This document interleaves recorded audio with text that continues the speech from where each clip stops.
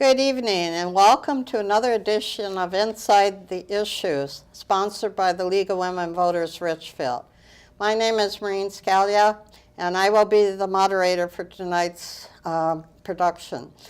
The subject tonight is a very serious subject, but it's a necessary subject to talk about. We're going to talk about juvenile sex trafficking. It's something that occurs not just in Minneapolis, not just in New York, but it occurs in all of our communities, and indeed probably across the whole state of Minnesota.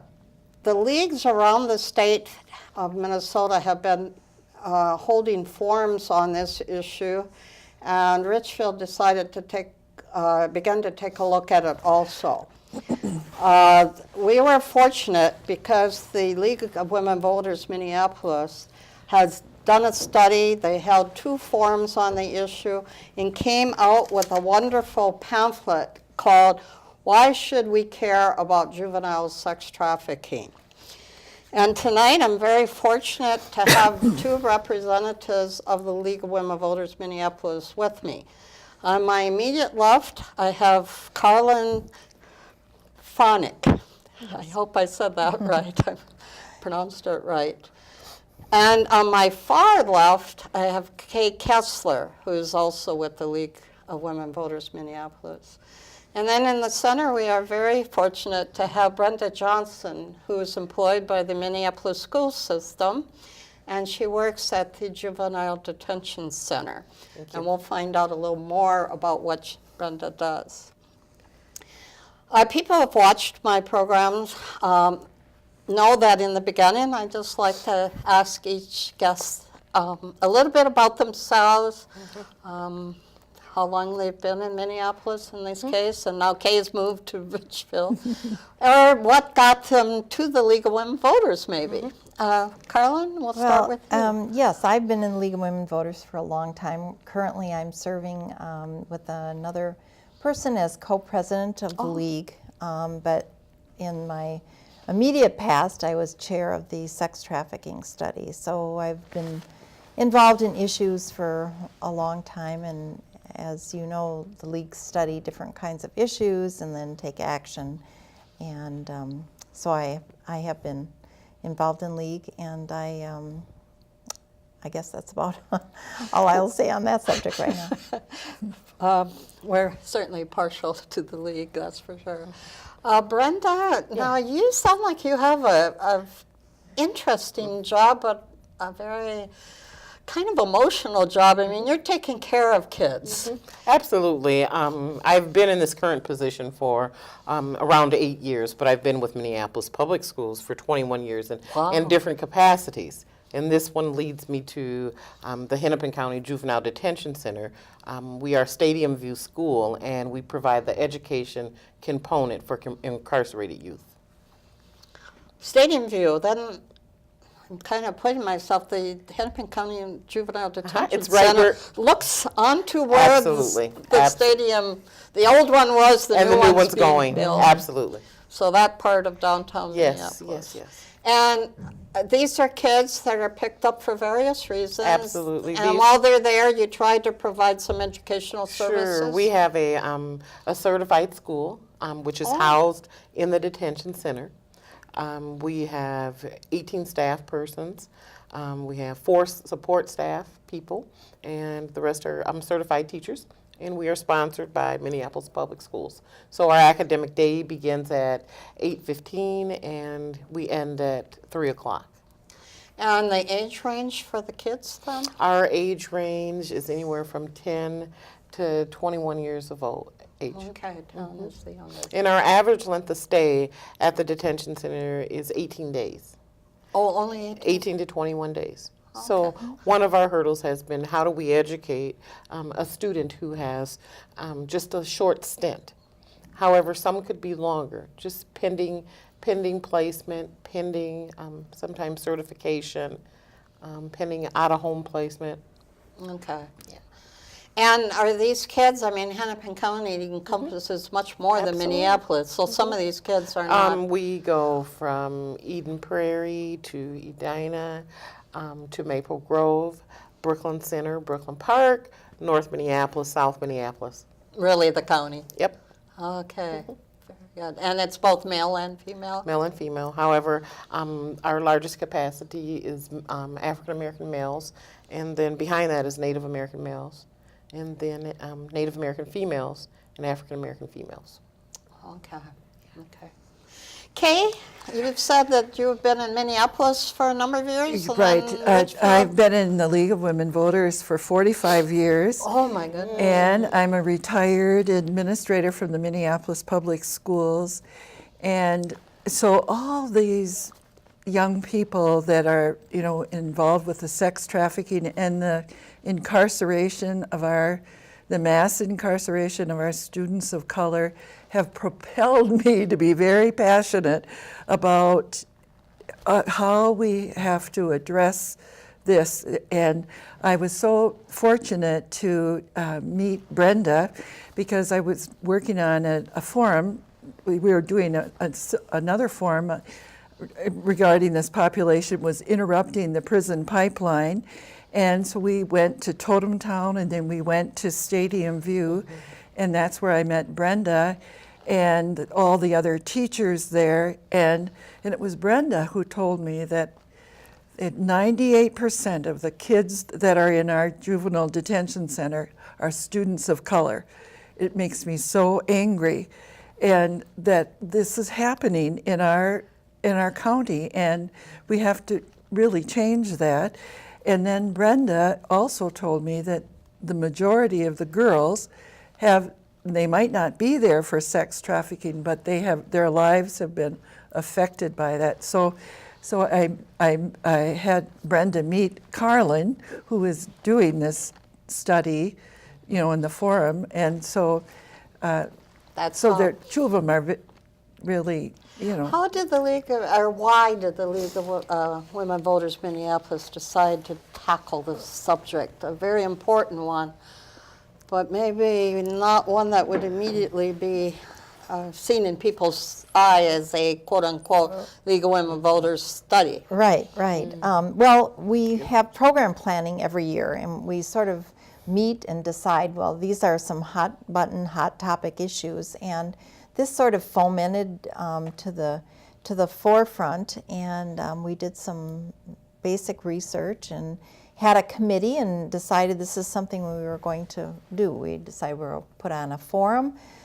We contracted with the University of Minnesota's UROC Center to help produce the report, but we sort of set the parameters and set the vision and tried to figure out what would be helpful to us, to the community, and how we could get the message out that people need to care. And their philosophy too is that they want to reach out into the community and make some links. So it was a good fit for us. And then we started planning the forum and had the Minneapolis Women's Club tag on to it, and also we had some support from Minnesota Advocates for Human Rights. And I provide, because nothing is done without money, right? You need to come up with some funding for that.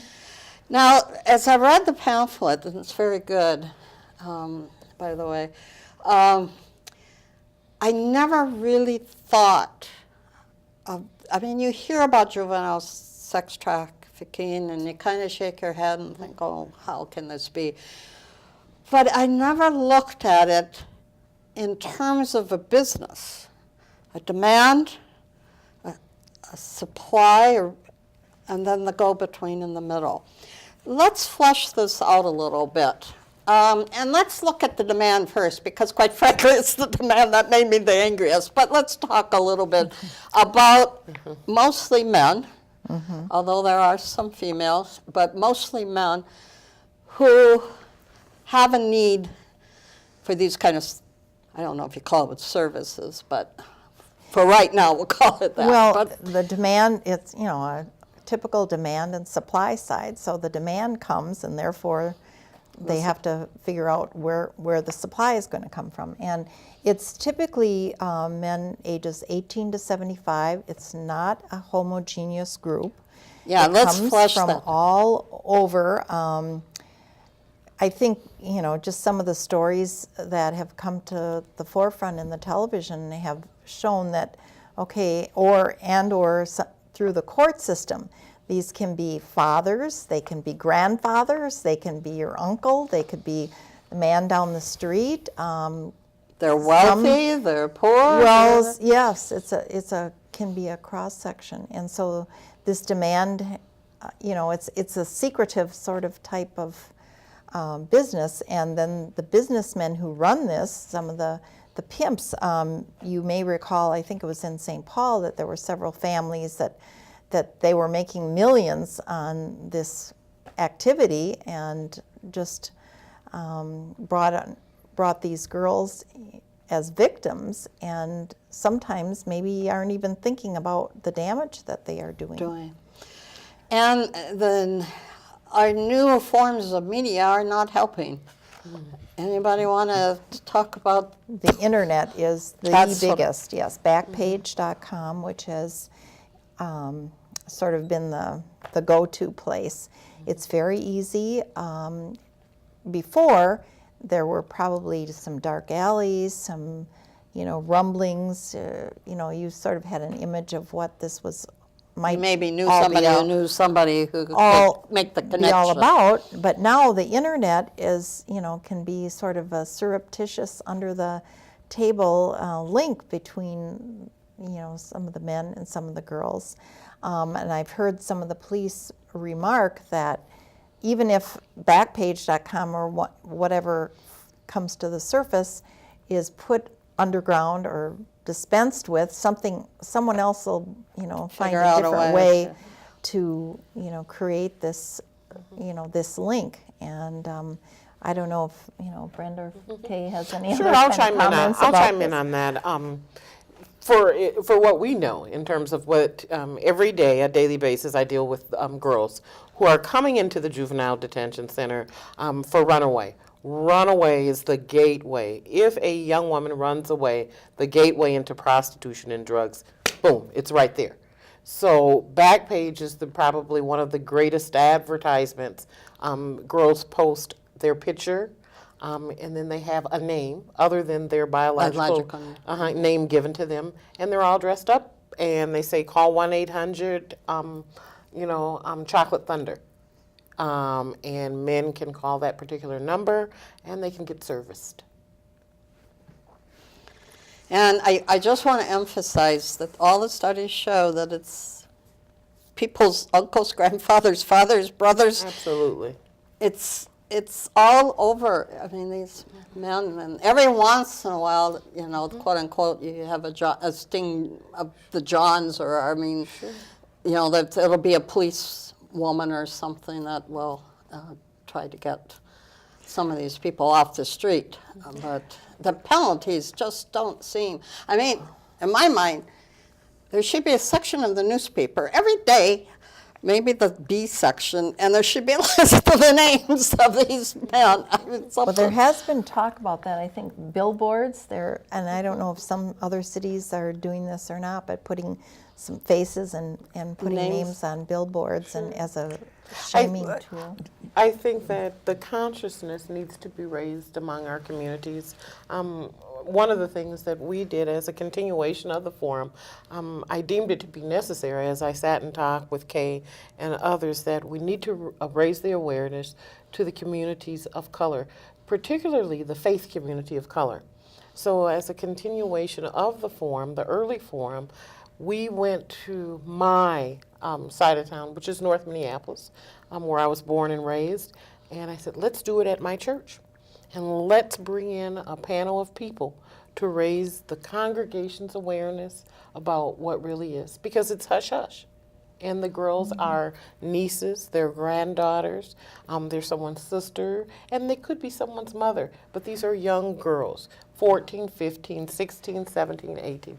They are victims. And so the number one thing is to raise the awareness that this is a serious issue in Minnesota.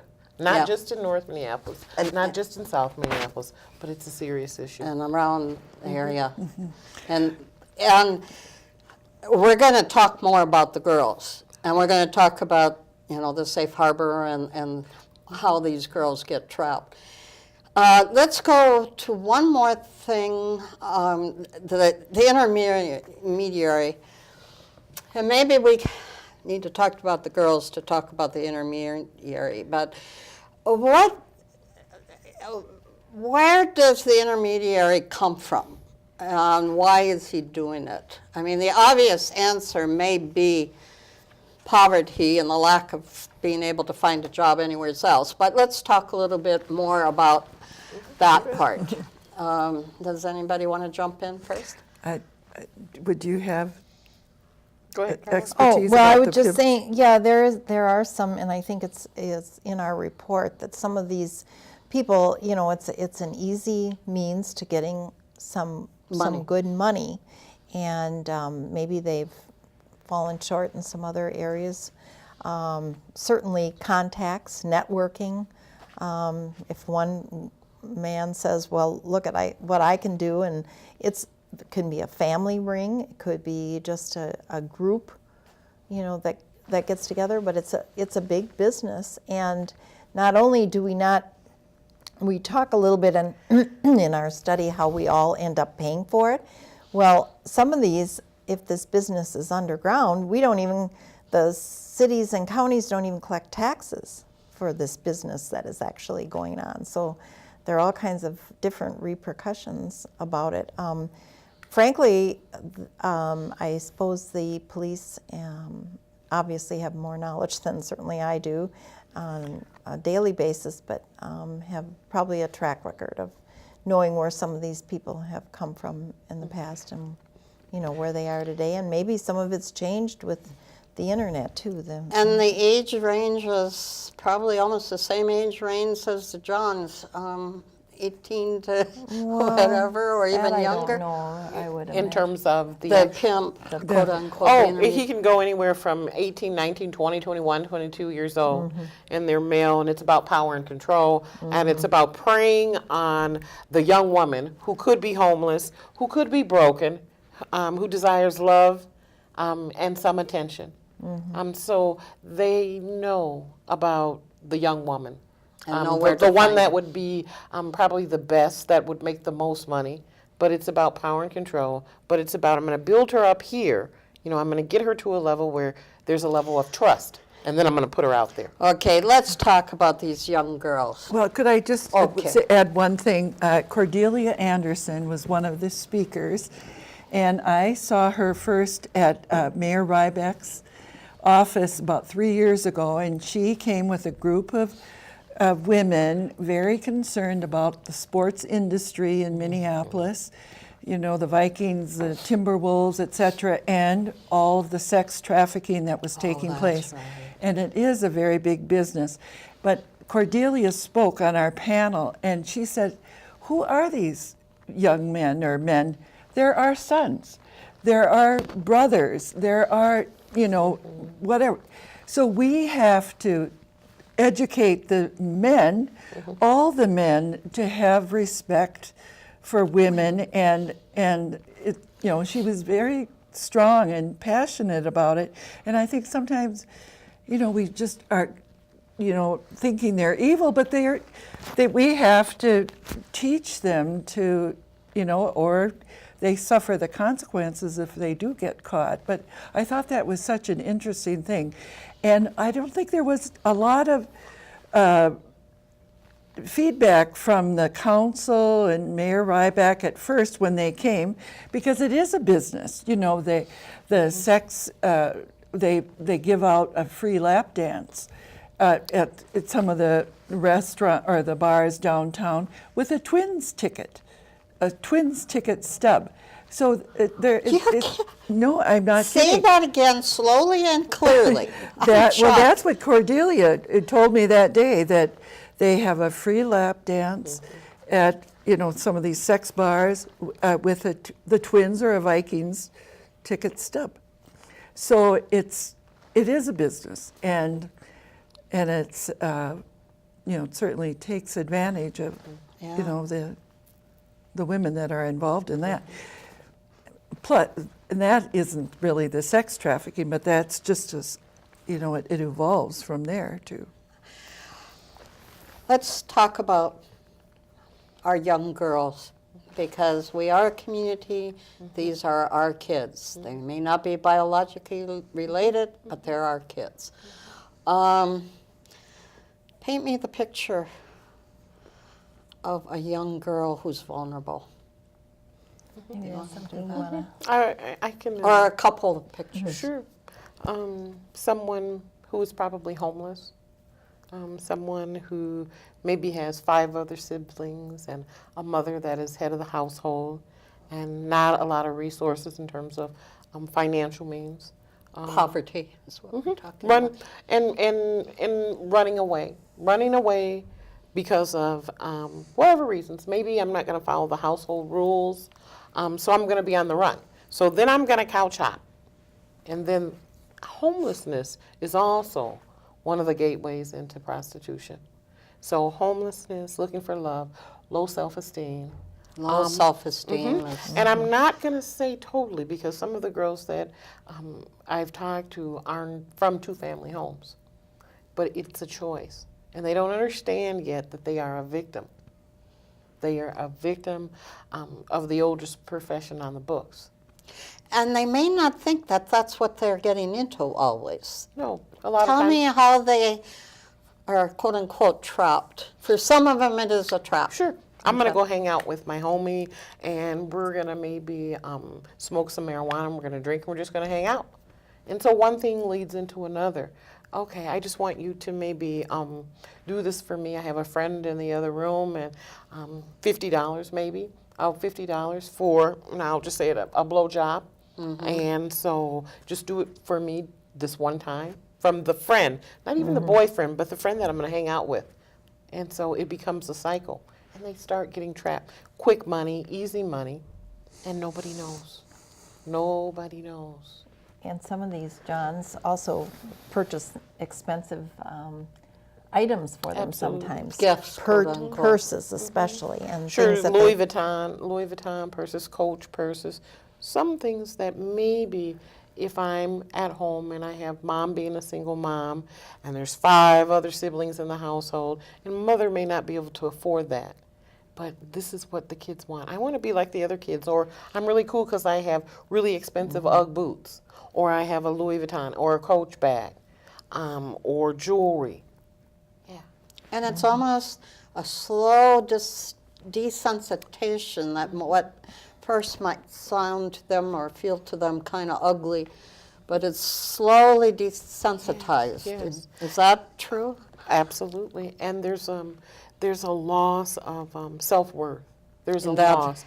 After this happens, maybe once, maybe twice, the money is good, but then there's a loss of self-worth. I can't go back home and let mom know what I'm really doing, and I don't want to go at home because I kind of like this life. I'm kind of on my own. I'm going to get put up in a hotel for a week, and I'm going to have X amount of men, and we're going to have sex. And there's different levels of it. And then my friend is going to be either in the other room watching through the door as my protection. My friend, who is now my pimp, is going to watch, and he's going to be my protector. And this is going to be Make real sure I cool. don't get hurt. Absolutely. And it's sad, and sometimes there's abuse in the home that causes them to run too, Absolutely. or drugs being used in the home, or And some of our girls that come in have a diagnosis, maybe a school diagnosis, a disability, whether it's learning disability or emotional behavior disturbed or bipolar or some depression and anxiety. There is something that's there that's not quite right. And oftentimes we ask the question, have we treated this yet? Are you going to counseling for your depression and anxiety? No, not really. Well, I see here that you were, diagnosed with this when you were in 4th grade. Has it gone untreated this long? And oftentimes the answer is yes. It has gone untreated. so sad. And then there are not as many, but there are boys that also, if they run away from home from whatever reason, and did I hear 48 hours? If somebody doesn't intervene and get this homeless, I know they like to be called young adults, but there's children. Talk to me about that 48 hours period that seems to be a period, any of you. Well, I think the police department has sort of confirmed that within 48 hours, these children are vulnerable and they'll often be off the streets, and somebody will find them and pick them up and set up a situation so that they can. And some of it is, I'm starving, I've got to do something to make money, right? Yeah, absolutely. One of the things that was brought to my attention last year, or maybe about 2 years ago, that the ideal pickup spot for a pimp to pick up a girl was the Mall of America. I wanted to get to that. The Mall of because- America was one of the hot spots in downtown Minneapolis, and I think the network is so strong now. Other girls tell other girls about how much money can be made in one night. And so there's a level of recruitment by other girls that are friends to say, this is how you can make this much money. But there are some hot spots in the cities. And then some of these are boys too. And Kay, you told me. I did. I told Maureen about a young man who was a gay young man from Wisconsin, and his parents didn't want to keep him, and they dropped him off at an Oasis, you know, when you buy gas in Wisconsin, and he was brought to South High and was one of my students, and an older couple took him in, and he was at South High for 4 years, and we had the GLBT support group there, and he was a very angry young man, but he was able to heal, and you know, we had this support, and he graduated from South High. But I'm sure there are just a lot of young men too that are victims of this too. I don't know what the statistics are with the sex trafficking with the boy. Yeah, I don't particularly have anything. But they are there. Off the top of my head. And you may run into one or two I victims. think in my tenure there, I think I've seen 2 boys. 2 boys. Yep. So obviously these girls are victims. And thankfully Minnesota has seen the light, and the legislature passed the Safe Harbor Act. Will one of you address that, how it came to be and what it does, what it says? Well, they passed and I don't know if I have all my dates correct, but they No. started this legislation, and it was recently in 2011 2011 when it Dayton started. Yeah, and then Dayton signed by it. 2014, they finally gave some money to Yeah. help, initiate it and set up these safe harbors. But the idea, the principle is that these girls are not treated as if they were criminals, but more victims. And so they were trying to set up some parameters and some safe places where they could go, and to have some housing and some counseling so that they could, maybe return back to society with a much better framework, and the state would set up some kind of a system.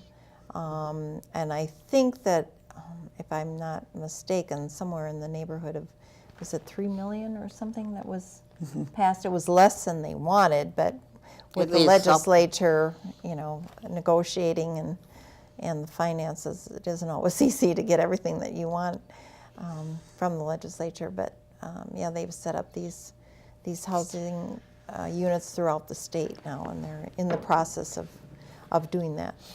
And that's so important, because if the girl or boy, but mostly girls, does come to a point where she thinks, this isn't right, it's a dangerous time for her. What can happen? Brenda, do you want to talk Sure. to that? Sure. I've heard stories from some of the girls that I have spoken with, is that they have been beat, locked in a room for X amount of time, beat where their face is beat, Their body is beat, and they are threatened to, if you don't make X amount of money or do this for me, or if you snitch on me, then I'm going to kill you. And so I think it's about power and control once again from the pimp. And I think the girls who are very young and new to the business are very afraid. And also, I mean, that's the big fear, and that's probably where they're going to be beaten most. But just the work with the client, if I may use that term, Sure. is dangerous in itself. Absolutely. I have a couple girls that walk up and down Lake Street by themselves, and they're not afraid. One of the things that keep girls on the go is the terminology that they use, is if they stay medicated with some kind of drug, whether it be marijuana, whether it's alcohol, but it's going to boost my ego to continue to have the stamina to do the work and then to go into some unknown territory, whether it's picking up a John in a car on Lake Street and doing work right in the car, or whether it's going to the local hotel and then coming back to my spot. But it's under medication, under alcohol, influence of drugs, that my ego is boosted. My ego is boosted. I'm not quite so afraid. That's right. and- Absolutely. Karlynn, I wanted to ask about the training for the hotel people. Marilyn Nelson and Keith Ellison spoke at Hennepin Avenue Church several years ago about working with the international hotels to prevent the sex trafficking. And do you think there's something that's happening here in Bloomington at our hotels where, you know, there is this sex trafficking? Do you know? Yes, I know that she, in fact, did help spearhead some of that, and there have been some training for hotel workers and how to identify an unusual situation, what to look for, how to, you know, what should staff be aware of. What should staff be aware of? What should people be aware of? Well, I'm not the authority on this, but you know, if there's a young girl coming in with an older gentleman and it doesn't seem like to be, you know, a father-daughter relationship, if there's, you know, unusual circumstances, if they hear some yelling in the halls sometimes, you know, if the staff is delivering food, that kind of thing, just have their antenna up. Or if there's a party going on in the hotel. If there's minors, maybe, you know, kind of shady, maybe it's not totally the person that's going to rent the room. It's going to be a minor, because I believe that you have to be a certain age to rent a hotel room with a credit card. But if the party is going to get big, if there's a party where there's more than one person or more than two people that are coming in to rent this hotel room, that's suspect. That's suspect. There's some red flags, and I think the efforts are also underway to encourage like taxi drivers to be aware of these situations, sometimes restaurant staff, just a whole panoply of people. And I think we also, and the schools I know are aware of this, of, you know, if somebody's even missing for a few days from school, let's try to put the pieces of the puzzle together and figure this out so we can, you know, be there to help and not just neglect. And I think that there's a level of shame that comes with it, in terms of when we're talking to the girls. There's a level of shame. I'm shameful that this has happened to me. I'm sad because I did it. But I really can't say I'm not going to do it again because I'm not ready to get out of the game. I'm going to do it some more because the money is good. But there's a level of internal shame. And so for us as adults, first of all, continue to raise the consciousness that this is a serious issue and that we have to talk about it at our dinner tables. We have to talk about it with our congregations, our faith community, not only of color, but we have to do it cross-culturally and cross-communities. Because I live where I live, I need to be able to take what I know from Minneapolis to Richfield and to Edina to say, here is the consciousness that needs to be raised. It is not just my problem or just one suburb's problem. It's all of it is our moral responsibility that we combat this thing called sexual trafficking. And people should know that these girls are victims because they're underage. It is not by their will. They cannot make a conscious decision about this work. It's wrong, it's illegal. Well, and I think, you know, we just need to keep our eyes open. I mean, obviously those are of us in the hotel industry, those of us police, those of us in the hospital, work in hospital, work in schools. You know, obviously those groups might be more likely to see it. But I know somebody the other day was saying they saw a girl running down the street in a kind of panicking look on her face. And they asked, you know, they called out, "Can I help you?" And they just got this look and took, you know, ran further. So they called the police. And I think everybody should be aware that this could be what was going on, that somebody's trying to escape. And I think the public is afraid to interfere. Yeah, you know, it's with not my people, business. You know, it's not my business. Am I going to get shot? Am I getting involved in a domestic? The public is really, really afraid when they see something like that. But I think you do it. I think you take the risk, you know, to ask the question, "Can I help you?" Or if they don't answer, you know, cell phones are put to good use. Let me call 911. I'm here on 48th and 3rd. I need to back up somebody to help. I just see a young woman running. Well, I know even going to the mall, if I see something, I'm more likely now to call. Okay, so personally, we can just be aware of it, know that it's going on in our own backyard. I know Richfield, there's one hotel in particular, motel, that I suspect has a reputation for that already. I know it has a reputation. But we can put pressure on public officials, and especially, I hate to say it, but the police, not to treat these girls as criminals. And we know that there's a task force as part of our panel. Chris Artenson, she came and she spoke on the panel. And there's a major task force that's working within the police department and working with communities and schools to raise the awareness and to help understand this. We also know that there's a major organization that's taking the lead on this, and that's Breaking Free. They're doing some major stuff, although they're working with mostly adult women. And I think they're working towards some more juvenile stuff. And then Pride, there's another organization that is working for the counseling piece. Breaking Free does have the housing piece. I called Commissioner Randy Johnson's office today, and I said, how could we educate the Richfield police and the schools and the community like Minneapolis did? And he referred me to a gentleman who is the link now with all of the, you know, the suburbs in Hennepin County. And he said that is exactly what we want women or groups to do, what we did in Minneapolis, to educate the police. And our Richfield police, we have to inquire, have they been trained in the safe harbor? And are they, you know, rescuing these young girls and finding a place for them? And Cornerstone, I know they're working with this, but it's the schools too. He said we have to work with the schools, with our mayors, and our own mayor here, Debbie Gettle, is a leaguer, and I think she would be very approachable. So to really be strong and educate each, they have training now for the police and for the nurses, like you were mentioning, HCMC, and the story that the policeman told at your forum about rescuing this young woman. Did she purposefully fall down the steps? Do you remember, Karlynn?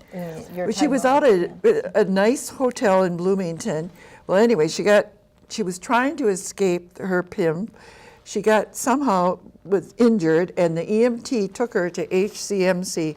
That pimp was right down there to get her out, but the nurses and the people there were trained. They sensed, you know, something was, and they prevented him, and they rescued her.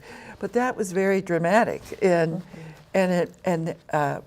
he said it takes a lot of work to try to rescue them, but it's this training of all the people and having them be aware, and especially, you know, we have to really talk with the Richfield schools, the junior highs and the high schools, because there are older students and people that are lurking around the schools, and we just have to be vigilant to protect. And I think that as one of the things that we did is we went to the community, to my church where I live, where I don't live anymore, but I spend a lot of my time. I grew up there, and as a prelude into the conversation with the panel, we showed a movie. And it was the Flesh movie about prostitution. And that was the gateway into this wonderful, rich conversation with all of these, all of the people and the congregation. And we had community vendors there, and they played a major role in this conversation. So it was a courageous conversation around the film, but how did we bring it back to life? It's happening right in our community. Well, and I think I am a big believer that stories do so much more than just sitting here reading or talking to people, that it's the stories that we can relate to. And I didn't get a chance to watch the whole movie, The Flesh, but for any of you out in my audience, it's called The Flesh, Flesh. It's a documentary. And I just watched the first part of it, and oh my goodness. And especially in two of the cases. Now, we've been talking about more of women of color, or girls of color, but two of the young girls there are white girls. And they felt that they weren't pretty, no one would love them, and that was the big thing. They were looking for somebody to tell them that they were important, that they were lovable, that they were valuable. And I'm thinking, it's just in our churches and our communities, at the parks, if we see, and especially in our neighborhood, if we see a young girl that just seems troubled or shy or any of those things, strike up a conversation, approach her, somehow let her know she's a valuable person, just because she is. Well, the story that touched me the most was the young woman who she married her husband, and then he became her pimp, but she was a teenager, she had a child, and then then he started getting her into prostitution. Well, she had 2 or 3 children, and he had other women as his other prostitutes. But then she was arrested, and then she went to prison. She lost her children. She had a sex offender, and she had a very hard time getting her children back. And so that is a terrible consequence. And anyway, the deputy police chief, Chris Arneson, saw that, and she was in tears, and she said, I want all my police to see this, because these are the real stories, and how she couldn't have escaped that, and how she had to do it. She eventually did get her children back, but to be labeled a sex offender for the rest of her life, and they're just in need of, the felon voter restoration and housing and jobs. They're ex-felons, the same as, other people, other crimes. And society pays. And so much of this, I really believe, is poverty. Like you say, the girls want things that other girls have. This seems to be an avenue for them. It's a quick way to make some quick money. I maybe if I'm 14, I can't quite go and work at the mall yet because I'm still underage. But maybe I can go to McDonald's. But I really don't want to work at McDonald's because it's not cool. So it's a way to make quick money. I just wanted to chime in on one thing that you had said, that I stated earlier. I want to clarify something, that the girls that I have talked to over the last couple of years, they're very bright. Their disability may be anxiety or depression, but most of them are so bright and intelligent. What do you want to do? Yes, I want to be a nurse. Yes, I want to be a doctor. Oh, maybe I want to be a lawyer. Well, how are you going to get there? That question often comes up. Very bright. They know, a lot of girls know the streets. They understand it. They understand the group. It's a circle and it's a cycle. They understand maybe some of the gangs. They understand where it goes down at, where it happens at. So in terms of the young women, they have game. They understand this thing. They may have a disability in terms of learning, but they're still very, very bright and still could have a very hopeful future. If we can get them in time. Absolutely. Before they lose too much. Because these kids are not going to school, or are there some of them? Some of them do. Some of them go to school, but most of the times, like I said, the girls are runaways. So they're truant. They're not in school. And I want to interject that I just heard on the radio not too long ago that it's a very serious issue with the American Indian Yeah, community. let's bring that up because And Suzanne Keplinger who used to be with the American Indian Women's Resource Center has worked tirelessly on behalf of these young girls, and sometimes they're even enticed. They maybe aren't necessarily runaways. They're enticed at their the point where they live or somewhere around their community, and then brought into the city if they're from outstate, and then getting very involved in this. And violence is also a big factor in the sex trafficking with the American Indians in particular, and it's a big issue that we all need to be aware of. And I think you were mentioning about the film Flesh, the Minneapolis Film Fest that just took place not too many weeks ago. There was a film put out with Breaking Free. Yes. And that was very poignant too, and talked about what was the name girls. of that one? Does anybody remember? Well, I think haven't seen I that thought yet. it was related to Breaking Free, and I know that Oh, yeah, I think it's called Free. Breaking Free. Breaking Free, Just and called- there was a producer from Hollywood and also maybe from Minnesota that was involved in it, and I don't know all the ins and outs, but we were there to hand out some of our information. There were some other groups, including Breaking Free and others. A young group that works on counseling was there. We met with some of them, and so it was that getting the message out to the community. And I think that there's a lot of women involved in this issue. I would like to see more men be involved. Well, that's Men to say, middle-class men that have money, that there are the Payne Johns, to say we need to change this mindset of our younger women who are victims, to say this is wrong, this is wrong. And so once we raise the awareness and the consciousness, how do we bring those middle-class white men into the fold? And I'm going to call it what it is, because that's one of our, they're paying customers. Yep. Okay? Yep. And so how do we bring the men to sit down at the table and to have this real conversation with us? And that's a big culture shift, because I still think that there's still fairly strong in our culture that boys will be boys, boys need to learn, all of the above. So I think that's so strong. And I mean, we've said a lot, this is in our backyard, but Minneapolis has a reputation, right? Well, that's Talk a one of little the bit about reasons that. we came to this.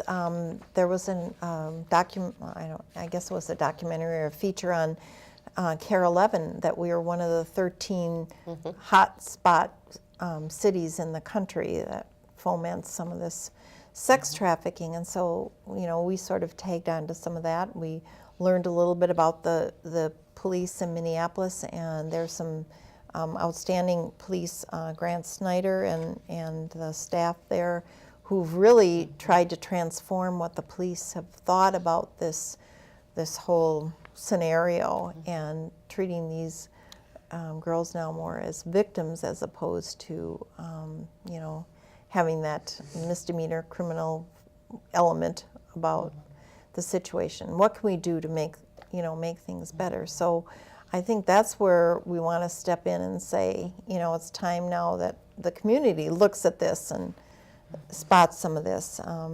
Be informed, know what your police department is doing, check and see what the county is doing, learn more about, the situation, look at some of these films, and then, share these stories with your friends and neighbors. I have to commend the League of Women Voters for really blazing the trail around this issue. When I met Kay, I knew her when she was the principal in Oh, Minneapolis. that's how the connection Yeah, I is. knew her, but I didn't know her. And then we reconnected over these last couple years. And Kay has been so passionate, and Karlynn too, about this whole issue around sexual trafficking. And so we have to keep talking about it. We have to go where we don't want to go sometimes. We have to show up. We have to also talk to the parents. Parents are key in this. Moms who are head of households are key. Sometimes they know this is going on, but there's a shame-based thing there. I do. It's a shameful, and so sometimes we have to get to sometimes the root of the problem, and sometimes the parents can be the problem. Well, I just want to say I am so proud of not just the League of Women Voters, but the Women's Foundation and AAUW and the Women's Club. There are women with money that have invested in the Women's Foundation, and Minnesota girls are not for sale. I mean, Yeah. isn't that a wonderful? Yeah. Yes, it is. It's a wonderful Yes, thing it is. and we're just really strong and passionate. And I just hope the listeners in your town, if it's Eden Prairie or Hopkins or Richfield, you're going to do like Minneapolis did. Get your police chief and the county commissioners and school people. Have Brenda come, because her kids come from all your towns, the kids that are incarcerated, and have them talk to you. And Alika Galloway was a minister over on the north side at Kwanzaa Church, and it was so interesting. She was sitting out on Plymouth, just watching the trafficking that was taking place, and then one day she saw this other woman that was sitting there a lot too, and it turns out the woman is the researcher from the University of Minnesota who wrote our study, and the two of them over in Plymouth studied this, and they kind of inspired people to really study this. And actually, Alika Galloway, she has her PhD now, I think, in sex trafficking. Right. And so she's teaching other ministers, other faith people. And she has about this. she's also provided her church as a safe place. As a safe A harbor. safe harbor. For a safe harbor for women to come and have a good meal and to have some conversation around this issue. Whether I'm going to get out of the life or I'm thinking about it, she has provided that safe space. Yeah. So we need to provide more of those safe places. And I go to the Richfield HCMC clinic. I'm the only Caucasian there. It's mostly Hispanic families. And so we have to reach out to the Hispanic community, the Asian, the Somalian, the East African, African American. I think we have to do it kind of in a cultural way so that we can communicate maybe. And we also need our girls to be in school. If they're not in school, they're not going to make it to the 12th grade. And our graduation rate, we're fighting in Minneapolis, to boost those numbers. Our girls got to go to school, or they're going to go to jail. Yeah. We have to continue to interrupt the cradle to the prison pipeline, because after they're going to be a victim first when they're underage. But then when you reach that plateau of 18 and 19, you're going to jail for prostitution, because in the state of Minnesota, it's illegal. So if we don't start now, our girls and our boys will be in jail, and then they'll go to the penitentiary. Right. And, we talked about single mothers, we talked about communities of color, but there are problems. I mean, most of us who've been parents know that there comes a point in all of our lives when we've been pretty decent parents, we think anyway, but doggone it, those kids are going to rebel. And I just think, thank God, more of my kids, my friends' kids, then end up at the mall, start talking to somebody and be charmed into a relationship that took them down this road. I mean, I think every parent has to know that this is a possibility and talk to your kids, even if I get mad at you, or even if you think the rules are stupid. Don't get drawn into that trap. And look, and I think it's a parent's responsibility, if you have a girl, that you have to pay attention to the signs. You have to pay attention to different kinds of wardrobe, different kinds of lingerie and undergarments. You have to know where your kid is. You have to know that they are where they say they're going to be. Yeah.